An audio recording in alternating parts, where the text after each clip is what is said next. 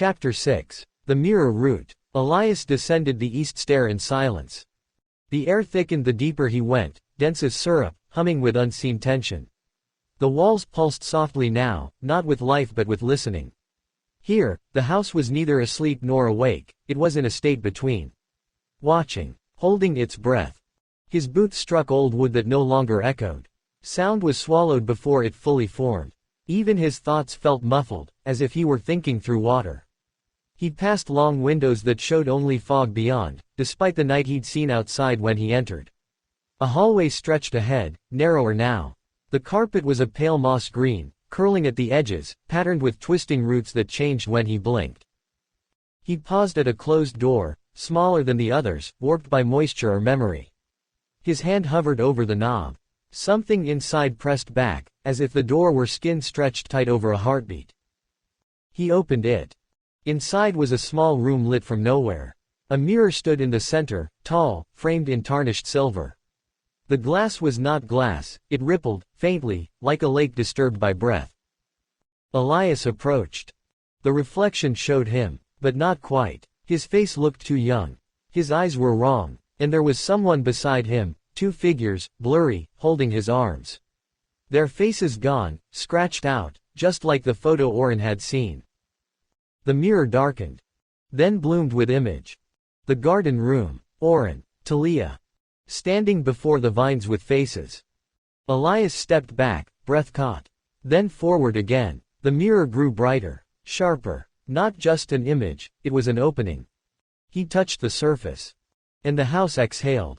The mirror deepened, and the room around him cracked, not loudly, not violently, but like paper folding into a new shape. The east wing bent, stairwells rotating softly, old furniture rearranging itself with the logic of dreams.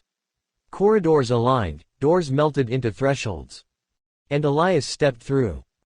Convergence, the garden room beneath the fabric sky. Talia turned suddenly.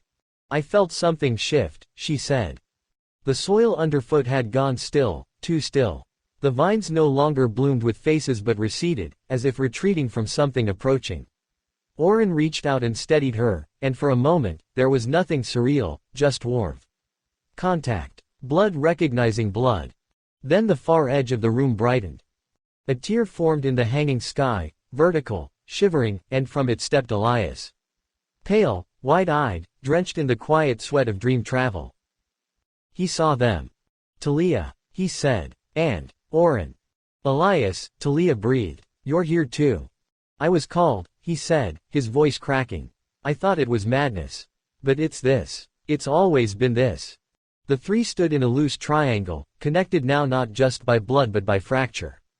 The house was weaving them together. The vines began to bloom again. This time with words.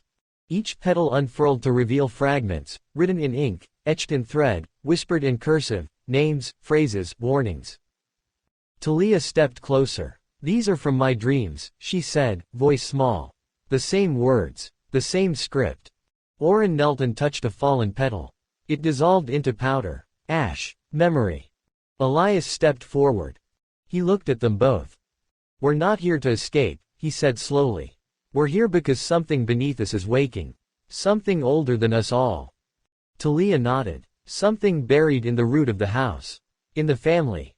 The three stood silently for a long time. And then, as if answering their gathered thoughts, a new door grew in the garden wall. Not carved, not built, grown. Woven from dark wood and weeping leaves. At its center, the somber deep crest, warped and flickering. The house had chosen. The way forward was open. But nothing beyond would be what they remembered. Or hoped. Only what they had forgotten. And what had never forgotten them.